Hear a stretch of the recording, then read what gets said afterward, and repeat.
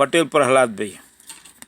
आज इस बुलेटिन में बात होगी वक्फ बिल पर संसद में मचने वाले घमासान की, मल्लिकार्जुन खड़गे के मोदी सरकार पर तंज की, देखेंगे बुलडोजर एक्शन पर सुप्रीम कोर्ट के कड़े रुख को, क्यों मोहन भागवत के बयान से आरएसएस ने किया किनारा, जानेंगे जस्टिस वर्मा से सुप्रीम कोर्ट के सवालों को, और बुलेटिन के आखिर में देखेंगे जाने माने कार्टूनिस्ट इरफान की किस खबर पर पड़ी तिरछी नजर। लेकिन दिन भर की तमाम बड़ी खबरों से पहले एक नजर आज की सुर्खियों पर। उत्तराखंड में जगहों के नाम बदलने के फैसले पर अखिलेश यादव ने कसा तंज, कहा उत्तराखंड का भी नाम बदलकर कर दीजिए यूपी 2। कांग्रेस पार्टी ने मोदी सरकार से किया वन अधिकार अधिनियम की रक्षा का आह्वान, आदिवासी कांग्रेस के अध्यक्ष विक्रांत भूरिया ने दी चेतावनी, कहा जंगल को बिकने नहीं देंगे, अगर किसी भी तरह का नियम पारित होता है तो हम सड़क पर आकर पूरी ताकत से विरोध प्रदर्शन करेंगे। मोहन कैबिनेट का बड़ा फैसला, आज से मध्य प्रदेश के 19 शहरों में शराबबंदी लागू, नशा मुक्ति और पर्यटन को बढ़ावा देने को लेकर लिया फैसला। 2020 के दिल्ली सांप्रदायिक टकराव मामले में लोकल कोर्ट का बड़ा फैसला, सीएम रेखा गुप्ता के मंत्री कपिल मिश्रा और अन्य के खिलाफ एफआईआर दर्ज करने का आदेश। ये तो थी सुर्खियां, अब बात आज की सबसे बड़ी खबर की। देश में वक्फ संशोधन विधेयक को लेकर संग्राम छिड़ा हुआ है। 2 अप्रैल को वक्फ संशोधन विधेयक संसद में पेश करने के लिए बीजेपी तैयार है, लेकिन कहा जा रहा है कि जेडीयू इस बिल पर बीजेपी की टेंशन बढ़ा सकती है। जेडीयू का आखिरी वक्त तक पत्ते न खोलना बीजेपी के लिए टेंशन दे रहा है। देखिए रिपोर्ट। वक्फ संशोधन बिल 2 अप्रैल को प्रश्नकाल के बाद दोपहर 12 बजे लोकसभा में पेश होगा। स्पीकर ओम बिरला ने इस बिल पर चर्चा के लिए 8 घंटे का वक्त निर्धारित किया है, लेकिन विपक्ष 12 घंटे का वक्त मांग रहा है। बीजेपी की पूरी कोशिश है कि इस बिल को लोकसभा में पास करा लिया जाए। पार्टी ने अपने सभी सांसदों को सदन में मौजूद रहने के लिए व्हिप भी जारी कर दिया है, लेकिन उसकी कोशिशें कामयाब होती नजर नहीं आ रही। विपक्ष ने साफ कर दिया है कि वो इस बिल का विरोध करेंगे, लेकिन बीजेपी को सबसे बड़ा झटका जेडीयू की तरफ से मिल सकता है।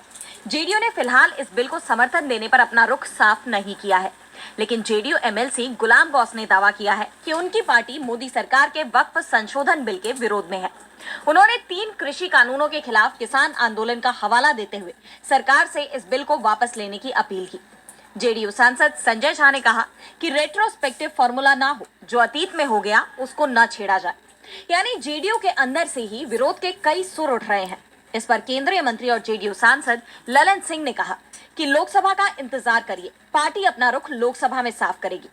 इस तीखी चर्चा के बीच मुख्यमंत्री नीतीश कुमार पार्टी कार्यालय पहुंचे, जहां उन्होंने पार्टी नेताओं के साथ इस मुद्दे पर चर्चा की। साफ है, बीजेपी इस बिल को लेकर बुरी तरह से उलझ गई है। एआईएमआईएम प्रमुख असदुद्दीन ओवैसी ने मोदी सरकार पर आरोप लगाया कि सरकार का एकमात्र मकसद मुसलमानों से नफरत फैलाना और हिंदुत्व की विचारधारा लागू करना है। इसके अलावा जम्मू कश्मीर के मुख्यमंत्री उमर अब्दुल्ला ने कहा कि ये बिल सिर्फ एक धर्म को निशाना बना रहा है, लेकिन टीडीपी की तरफ से जरूर इस बिल को समर्थन दे दिया गया है। इन हालात में कहना मुश्किल है कि ये बिल पास हो पाएगा। वक्फ बिल के साथ साथ जनगणना के मुद्दे पर भी मोदी सरकार घिर गई है। कांग्रेस अध्यक्ष मल्लिकार्जुन खड़गे ने एक बार फिर जनगणना में देरी का मुद्दा उठाया। उन्होंने सरकार से तत्काल जनगणना और जातिगत जनगणना शुरू करने की मांग की। खड़गे ने कहा कि इस देरी से कल्याणकारी योजनाएं प्रभावित हो रही हैं। तो और क्या कुछ कहा मल्लिकार्जुन खड़गे ने, जानने के लिए देखिए रिपोर्ट। कांग्रेस अध्यक्ष और राज्यसभा में विपक्ष के नेता मल्लिकार्जुन खड़गे ने मंगलवार को राज्यसभा के शून्यकाल के दौरान देश में जनगणना में हो रही देरी का मुद्दा जोरदार तरीके से उठाया। उन्होंने सरकार से तत्काल जनगणना और जातिगत जनगणना शुरू कराने की मांग की। खड़गे ने कहा कि भारत में 1881 से हर 10 साल में होने वाली जनगणना कभी नहीं रुकी, चाहे विश्व युद्ध हो या 1971-72 का भारत पाक युद्ध, लेकिन मौजूदा सरकार ने पहली बार इसमें रिकॉर्ड देरी की है। उन्होंने बताया कि 1931 में जातिगत जनगणना भी हुई थी और गांधी जी ने इसे राष्ट्र के लिए महत्वपूर्ण परीक्षण बताया था। खड़गे ने कहा कि जनगणना से जनसंख्या, रोजगार, सामाजिक आर्थिक स्थिति जैसे अहम आंकड़े मिलते हैं जो नीति निर्माण के लिए जरूरी हैं, लेकिन इस देरी से कल्याणकारी योजनाएं प्रभावित हो रही हैं। उन्होंने रेखांकित किया कि national family health survey, national food security act जैसी योजनाएं जनगणना के आंकड़ों पर निर्भर हैं और इसकी देरी से करोड़ों लोग इन योजनाओं से वंचित हो रहे हैं। खड़गे ने सरकार पर निशाना साधते हुए आगे कहा कि इस साल के बजट में जनगणना के लिए केवल 575 करोड़ रुपए का प्रावधान किया गया है, जो कि अपर्याप्त है। दुनिया के 81% देशों ने कोविड-19 के बावजूद अपनी जनगणना पूरी कर ली है। सरकार बिना देरी की जनगणना और जातिगत जनगणना शुरू करे ताकि नीति निर्माताओं को सटीक आंकड़े मिल सके और सामाजिक न्याय सुनिश्चित हो सके। यानी देखा जाए तो खड़गे ने जनगणना और जातिगत जनगणना के मुद्दे पर सरकार को सदन में घेर दिया है। अब केंद्र इस पर क्या जवाब देता है, ये देखना होगा। मल्लिकार्जुन खड़गे बीजेपी पर पूरी सख्ती बरत रही हैं और अब सुप्रीम कोर्ट ने भी सख्ती दिखाई है। देश में बुलडोजर कार्रवाई को लेकर विवाद गहराता जा रहा है। जनता और राजनेताओं की राय बटी हुई है, लेकिन सुप्रीम कोर्ट ने इस पर सख्त रुख अपनाया है। कोर्ट ऐसी कार्रवाइयों की निंदा कर रहा है और प्रभावितों को मुआवजा देने के आदेश दे रहा है। प्रयागराज मामले में कोर्ट ने इसे असंवैधानिक करार दिया। देश में बुलडोजर कार्रवाई को लेकर विवाद थमने का नाम नहीं ले रहा है। प्रयागराज में एक वकील, एक प्रोफेसर और 3 अन्य लोगों के घरों को ध्वस्त करने के मामले में सुप्रीम कोर्ट ने कड़ा रुख अपनाया है। कोर्ट ने इस कार्रवाई को गैर कानूनी बताते हुए मुआवजा देने का आदेश जारी किया है। कोर्ट ने साफ तौर पर कहा कि यह कार्रवाई पूरी तरह से गैर कानूनी थी और इसमें उचित प्रक्रिया का पालन नहीं किया गया। कोर्ट ने प्रयागराज विकास प्राधिकरण को आदेश दिया कि वो 5 पीड़ितों को 10-10 लाख रुपए का हर्जाना दे। इस फैसले को लेकर सपा प्रमुख अखिलेश यादव ने सुप्रीम कोर्ट के फैसले का स्वागत करते हुए एक्स पर एक पोस्ट लिखा। Iron Beam is the industry leading. एक बुलडोजर एक्शन पर सभी 5 याचिकाकर्ताओं को प्रयागराज विकास प्राधिकरण द्वारा 6 सप्ताह में 10-10 लाख का मुआवजा मिलेगा। इस मामले में कोर्ट ने नोटिस मिलने के 24 घंटे के भीतर मकान गिरा देने की कार्रवाई को अवैध घोषित किया है। सच तो यह है कि घर केवल पैसे से नहीं बनता और ना ही उसके टूटने का जख्म सिर्फ पैसों से भरा जा सकता है। परिवार वालों के लिए घर एक भावना का नाम है और उसके टूटने पर जो भावनाएं आहत होती हैं, उनका ना तो कोई मुआवजा दे सकता है और ना ही पूरी तरह कोई पूर्ति कर सकता है। बताते चले कि कोर्ट ने यह भी कहा कि पीड़ितों के खिलाफ की गई कार्रवाई न केवल अनुचित थी, बल्कि इसकी कड़े शब्दों में निंदा भी की जानी चाहिए। बता दें कि इससे पहले नवंबर 2024 में भी सुप्रीम कोर्ट ने उत्तर प्रदेश सरकार को बुलडोजर एक्शन पर फटकार लगाई थी। तब कोर्ट ने कहा था कि बिना नोटिस के घर तोड़ना मनमानी है और सरकार को पीड़ित को 25 लाख रुपए का मुआवजा देना होगा। कोर्ट ने सवाल उठाया था कि जब हलफनामे में स्वीकार किया गया है कि कोई औपचारिक नोटिस जारी नहीं हुआ, तो ऐसी कार्रवाई फिर कैसे जायज हो सकती है। ये फैसले बुलडोजर कार्रवाई की वैधानिकता पर गंभीर सवाल खड़े कर रहे हैं, जिससे कहीं न कहीं यूपी सरकार भी घिरती हुई नजर आ रही है। बुलडोजर एक्शन पर कोर्ट ने आदेश जारी कर दिया है। वहीं आरएसएस ने भी काशी और मथुरा को लेकर नई घोषणा की है। खबर है कि सरकारवाह होसबले ने कार्यकर्ताओं को दोनों मामलों में सक्रिय भूमिका निभाने की अनुमति दे दी है, जिसे मोहन भागवत के फैसले को चुनौती बताया जा रहा है। तो आखिर क्यों मोहन भागवत के फैसले के विरोध में आया है आरएसएस? जानने के लिए देखिए रिपोर्ट। देश में लगातार मंदिर मस्जिद की विवाद पर जहां आरएसएस प्रमुख मोहन भागवत ने ये साफ कहा था कि हर मस्जिद में मंदिर को ढूंढना नहीं चाहिए, लेकिन अब इसी मुद्दे पर आरएसएस की तरफ से एक भागवत से अलग बयान सामने आया है। दरअसल राष्ट्रीय स्वयंसेवक संघ के महासचिव दत्तात्रेय होसबोले ने काशी और मथुरा को लेकर नई घोषणा की है। उन्होंने कहा कि अगर आरएसएस के सदस्य मथुरा में कृष्ण जन्मभूमि और काशी विश्वनाथ ज्ञान वापी से जुड़े अभियानों में भाग लेते हैं तो संगठन को इससे कोई आपत्ति नहीं होगी। साथ ही उन्होंने मस्जिद को निशाना बनाकर बड़े पैमाने पर उन्हें वापस लेने की कोशिशों के खिलाफ चेतावनी भी दी।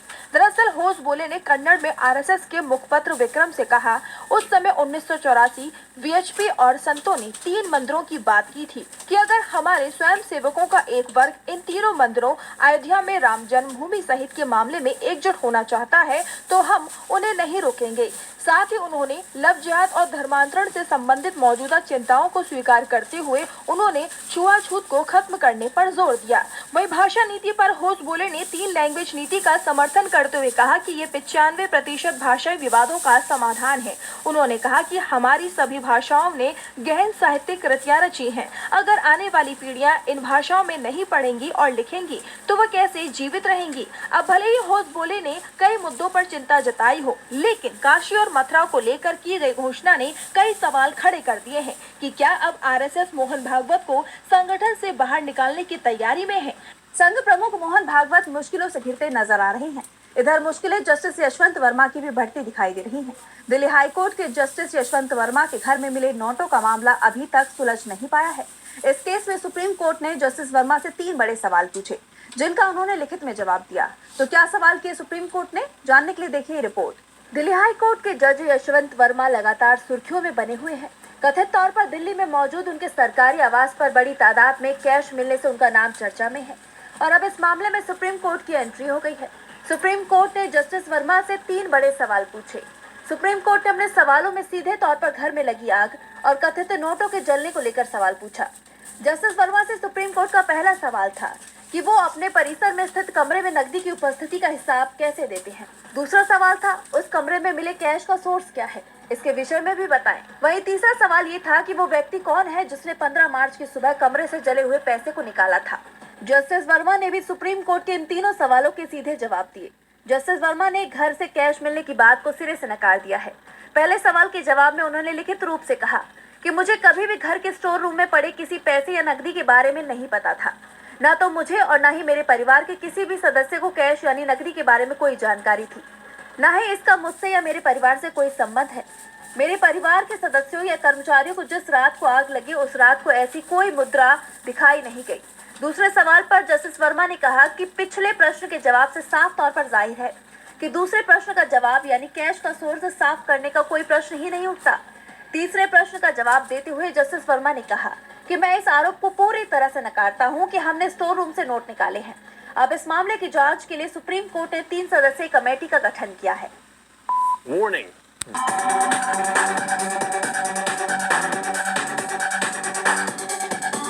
हिंदू राष्ट्र निर्माण में शामिल नंबर 1 राज्य उत्तराखंड की सरकार ने कल थोक में वहां के जगहों के नाम को बदल दिया, जिसका उल्लेख मुख्यमंत्री ने अपने भाषण में भी जमकर किया है।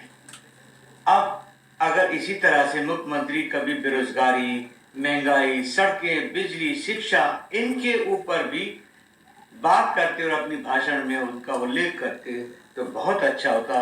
शायद इसीलिए कहा जाता है कि सरकार तो है लेकिन बस नाम की।